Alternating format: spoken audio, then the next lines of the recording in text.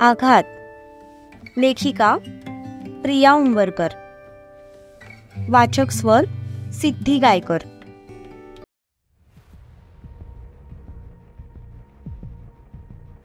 मृत्युंजय मृत्युंजय शिर्के पाटील म्हणतात मला. जे काही असेल ते आम्हाला इथे का आणलेस ते सांग. काय हवंय तुला आमच्याकडून? समाधान समाधान हवंय मला तुमच्याकडून. तो निर्विकार चेहऱ्याने म्हणाला. पण त्याच्या त्या निर्विकार चेहऱ्यामागे खूप काही भावना दडलेल्या होत्या. भूतकाळाचं सावट होतं. आम्ही काय समाधान खिशात घेऊन फिरतोय रे? तुझ्या बापाला पण असाच माज होता. जिरवली की नाही मी सगळी त्याची. त्याचा संसार उद्ध्वस्त केला. जिच्यासाठी तिने माझ्या बहिणीचा विश्वासघात केला ना, मी तिलाच त्याच्यापासून दूर केलं. तुझा माज पण मी लवकरच मोडन. माई. शिवाच्या तोंडातून अस्पष्ट उद्गार निघाले. वय तुझी ती माई आणि पाटलांच्या साम्राज्याची सून सौभाग्यवती जानकी गंगाधर पाटील.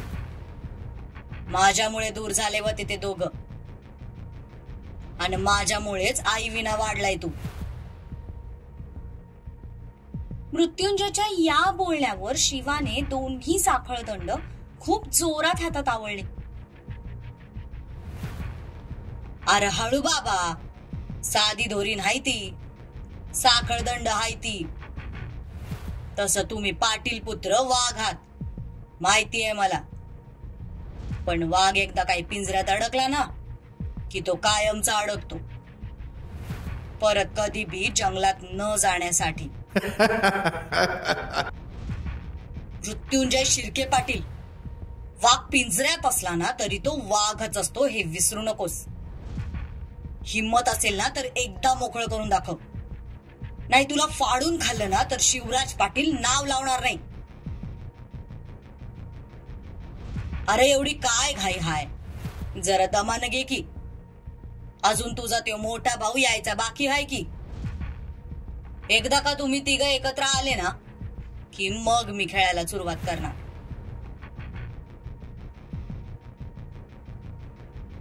तो जर इथे आला ना तर उभं राहायला तुझे पाय आणि चावायला तुझे दात जागेवर राहणार नाही. हलक्यात घेऊ नकोस तू त्याला. हलक्यात तुम्ही घेऊ नका मला. आज हा जो सूर्य तुझ्या बरोबर उभा आहे ना, ती माझी मेहरबानी समज. नाहीतर हा पण कधीच त्याच्या आईसोबत देवाला प्यारा झाला असता. ज्या पद्धतीने तुम्ही तिघ भाऊ एकत्र वाढत होते ना, ते बघून मला कीव आली त्याची, आणि म्हणून जीवन सोडलं मी त्याला. आणि आता वाटतंय की बरंच झालं मी त्याला जिवंत सोडलं. जेव्हा मी तुम्हाला तिघांना एकत्र मारेन तेव्हा माझ्या मनाला खरं समाधान मिळेल बघ. आणि त्यातच संपल माझा 20 वर्षाचा सूड, आणि माझ्या सूडासोबत संपल पाटलांचा वंश. तुझ्या बापामुळं माझा वंश संपला, आता माझ्यामुळं त्याचा संपल. आणि ह्योच हिशोब बराबर करून हा मृत्युंजय या जगाचा निरोप घेईल. म्हणजे तूच माझ्या आईला सुद्धा मारलं होतंस? नाही र, तुझ्या आईला मी नाही मारलं. ती तिच्या भीतीने मेली, तुम्हा तिघांच्या काळजीने मेली. मी तर फक्त एकदा दोनदा धमकावलं होतं बघ तिला. पण आधीचीच आजारी बाई ती. माझ्या धमकीनं एवढी धास्तावली की जगाचा निरोपच घेऊन टाकला तिनं. मला काही करायची गरज बी पडली नाही बघ. त्यामुळे एक गोष्ट चांगली झाली, एका मरणाचं वज तर उतरलं माझ्या डोसक्यावरनं. अरे नीच माणसा, काय मिळालं तुला आम्हाला तिघांना पोरकं करून? शिवा रागात होता. जर त्याने त्याचे हातपाय बांधलेले नसते तर आता शिवाने त्या माणसाच्या नरडीचा घोट घेतला असता. इतकी आग त्याच्यामध्ये भडकली होती. आणि तुझ्या बापाला काय मिळालं माझ्या बहिणीचा विश्वासघात करून? काय मिळालं माझ्या न जन्मलेल्या बाळाला मारून, माझ्या बायकोला मारून?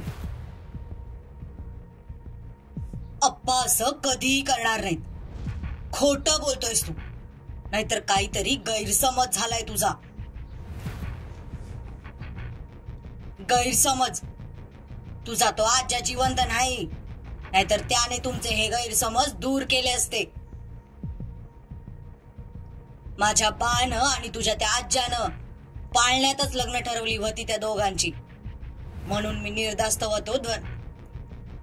निर्धास्त होतो मी ज्ञानेश्वरीसाठी. आणि ती येडाबाई तर कधी आपण मोठे होऊ आणि कधी आपलं लग्न गंगाधर सोबत होईल या आशेवर एक एक दिवस काढत होती. येडी झाली होती ती त्याच्यासाठी. आणि त्यानं काय केलं? बाचं वचन मोडून त्या जानकी सोबत लग्न केलं. हा धक्का नाही सहन करू शकली ती, म्हणून वात्या पाटात उडी मारली तिनं. आणि तिला वाचवताना माझी गरोदर बायको बी गेली, आणि त्याच सोबत गेलं माझं बाळ. तुझ्या बाच्या एका वचनानं माझं अख्खं खानदान संपलं. मग सांग, याला जबाबदार कोण हाय? अरे त्याचं दुसऱ्या पोरीवर प्रेम होतं तर त्याने आधी सांगायचं ना. शोधला असता मी माझ्या बहिणीसाठी दुसरा कोणतर पोरगा, पण त्यानं अंधारात ठेवलं सगळ्यांना. तुझ्या आईसाठी त्यानं माझ्या बहिणीचा विश्वासघात केलाय.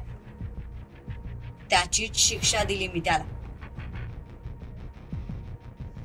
जगासाठी हा मृत्युंजय शिर्के 20 वर्षांपूर्वीच मेलाय, पण मी जिद्दाव होतो तुमचा वंश मिटवायला. आधी विचार केला होता सगळ्या सुनानाच संपवून टाकतो, पण नंतर म्हटलं की जर पोरच राहिली नाही तर मुलं कुठून जन्माला येणार? म्हणून या वक्ताला थोडी उलटी चाल खेळलो. डोळ्यात तेल घालून लक्ष ठेवत होतो मी तुमच्यावर. 20 वर्षात जेवढी माणसं कमवली ती समधी मी या कामाला लावली. आणि बघा, आज माझी मेहनत फळाला आली. तुम्ही दोघं बी आज माझ्या समोर आहात. आणि तुमचा तो मोठा भाऊ, तो पण लवकरच तुम्हाला शोधत शोधत इथं येईल. आणि मग तुम्हाला तिघांना संपवून तुमच्या तिघांचे बी मुर्दे मी तुमच्या बाला पार्सल करून पाठवीन. आणि मग त्याच्या समोर जाऊन उभा राहील. तेव्हाच होईल माझा बदला पूर्ण. हे बघ, तुला आमचा वंश संपवायचाय ना, मग तू मला मार. सूर्याचा याच्याशी काही संबंध नाही. तू त्याला सोडून दे. अरे शिवादा, काय बोलतोयस तू हे? ए विलन, हे बघ, तू मला मार पण याला सोड. सूर्या, तू थोडा वेळ तुझं थोबाड बंद ठेवतोस का? हेच डोळ्यात खूपतं माझ्या. तुम्ही तिघ जे हे एकमेकांवर जीव ओवाळून टाकता ना, त्याचा त्रास होतो मला. कारण असंच होतं माझं आणि माझ्या बहिणीचं नातं. जीव होती ती माझा, आणि तुमच्या बामुळे ती माझ्यापासून दूर गेली. आता मी तुमचं हे राम भरत लक्ष्मणाचा त्रिकूट असंच फोडणार आहे. सत्यजित पाटील, शिवराज पाटील आणि सूर्यजित पाटील या 3 नावांसोबत पाटलांचा वंश बी कायमचा संपणार. आणि तुमच्या तिघांची फिरत तुमच्या घरचे बघणार ना, तेव्हा त्यांची पण अवस्था माझ्यासारखीच होणार. पिसाटतील समधे. आणि तो गंगाधर पाटील, तो तर तुमची प्रेत बघून ईश पिऊन आत्महत्याच करील, खात्री आहे मला. तसं बी अजून जगून काय करणार आहे तो? अर्ध आयुष्य तर खुर्चीतच गेलं नव त्याचं. तेव्हाच वाटलं होतं त्याला संपवून टाकावं. पण ते मरण त्याच्यासाठी लई स्वस्त झालं असतं.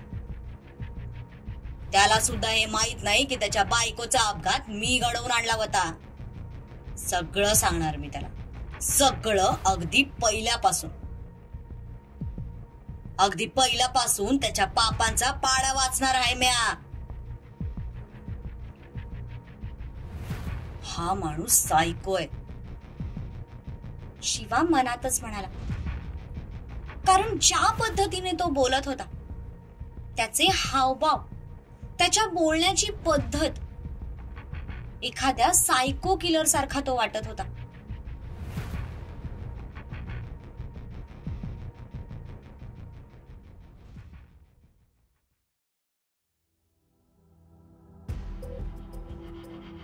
इकडे सत्यजित आणि त्याची टीम एका ठिकाणी पोहोचले. सत्यजितला ती जागा थोडी विचित्र वाटली. आजूबाजूला झाडं होती, पण मध्येच एक मोकळं मैदान होतं, ज्यावर काही ठिकाणी तुरळक गवत उगवलं होतं. भाऊ, तुम्हाला ही जागा थोडी विचित्र वाटत नाही? म्हणजे बघा ना, आजूबाजूला समदीकडे झाडं आहेत, फक्त एवढ्याच जागात झाडे नाहीत. असं कसं होईल? बरं, झाडं कापून नेली म्हणावं तर त्याची खोडं बी नाहीत. दिग्या, सगळ्या माणसांना कामाला लाव. आजूबाजूचं एकही झाड सुटता कामा नये. कुठे एखादा स्विच किंवा एखादा वर खाली होणारा खटका दिसतोय काय ते बघ. सत्यजितचा सिक्स सेन्स त्याला सांगत होता की त्याचे भाऊ इथेच कुठेतरी येत. सत्यजितच्या सांगण्याप्रमाणे दिघ्याने सगळ्या माणसांना कामाला लावलं. सत्यजितने लगेचच फोन करून दुसरी टीम, जी दुसऱ्या दिशेला पाठवली होती, आणि पोलिसांची टीम, त्यांना या जागी बोलावून घेतलं. फोन झाल्यावर तो सुद्धा सगळीकडे शोधू लागला. आता अंधार पडत चालला होता, त्यामुळे नीटचं काही दिसत सुद्धा नव्हतं. सर्वजण मोबाईलचे टॉर्च लावून सगळी झाडं शोधत होते.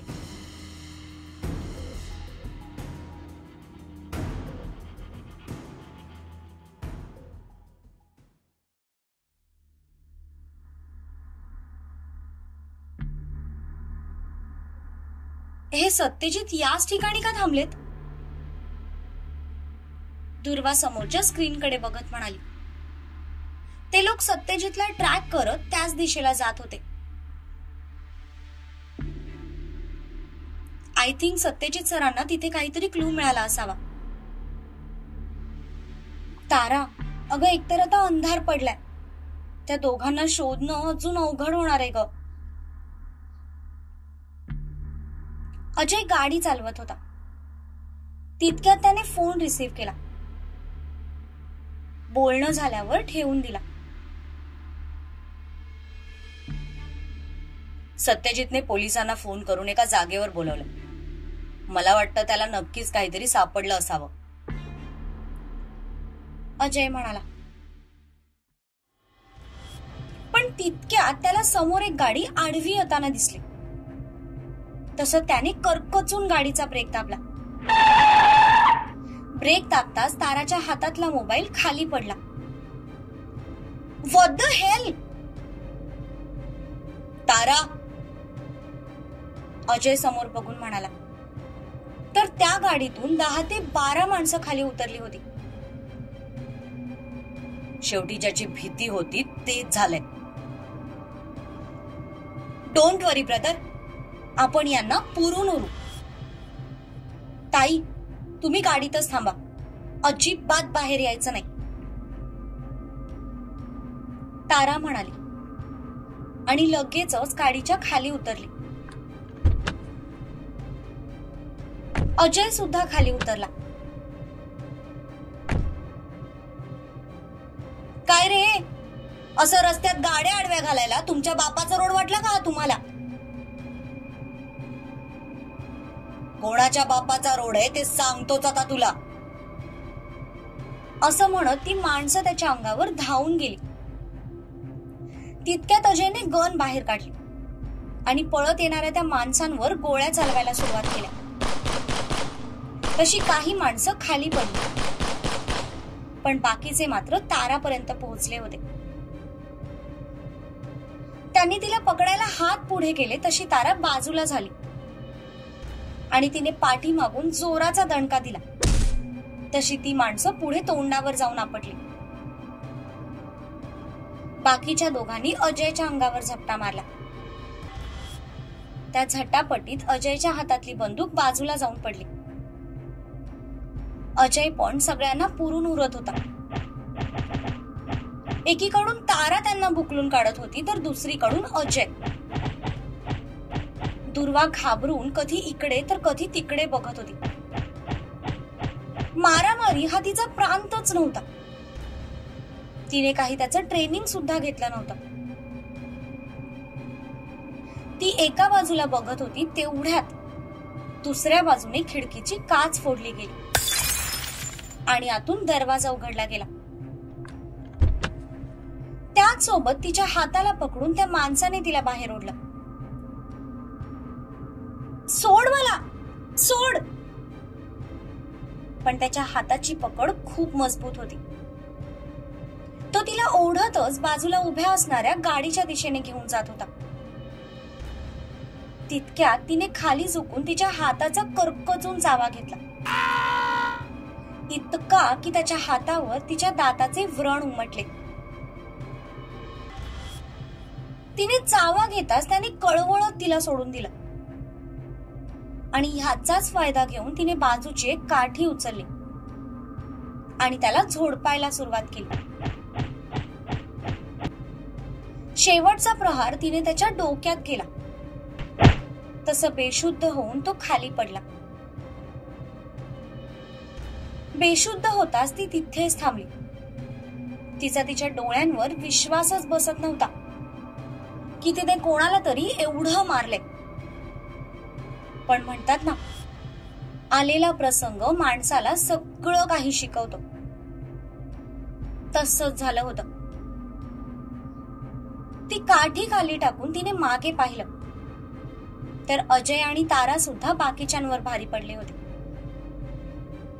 कदाचित मृत्युंजयला माहीत नव्हतं की पाटलांची दुसरी सून 4 माणसांच्या बरोबरीची आहे. आले होते मोठे आपल्याला पकडायला. तारा, ही नक्कीच त्यांची माणसं आहेत. बहुतेक त्याला मला सुद्धा किडनॅप करायचंय. पण त्याचा हा प्लॅन आपण फ्लॉप केलाय आणि आता तीच माणसं आपल्याला त्याच्या अड्ड्यापर्यंत घेऊन जातील. कसं काय? हे असं म्हणत अजयने त्यातल्या एका माणसाच्या कॉलरला पकडून त्याला उभं केलं आणि त्याच्या डोक्यावर बंदूक ताणली. आधीच मार बसल्यामुळे तो अर्धमेला झाला होता. त्यात बंदूक बघून तर त्याचे धाबेच दणाणले.